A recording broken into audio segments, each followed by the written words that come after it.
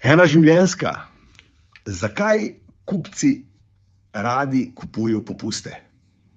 Glede na to, da popustiti ni, nekako pozitivna ideja v življenju. Sem se skregala, sem popustil, sem šel v projekt, sem popustil.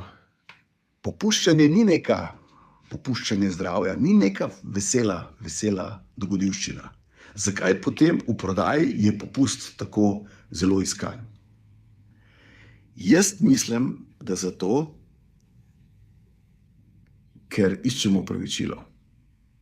Saj to, ne vem, če čisto rabimo, je tako, ampak ker bi glih popust, zdaj mi je pa super, zdaj sem se pa, super sem se odločil.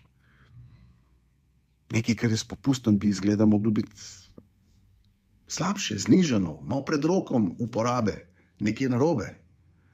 Me prav zanima, kako vi gledate na te popuste. Ste tako kot vsi ali ste kaj drugačni?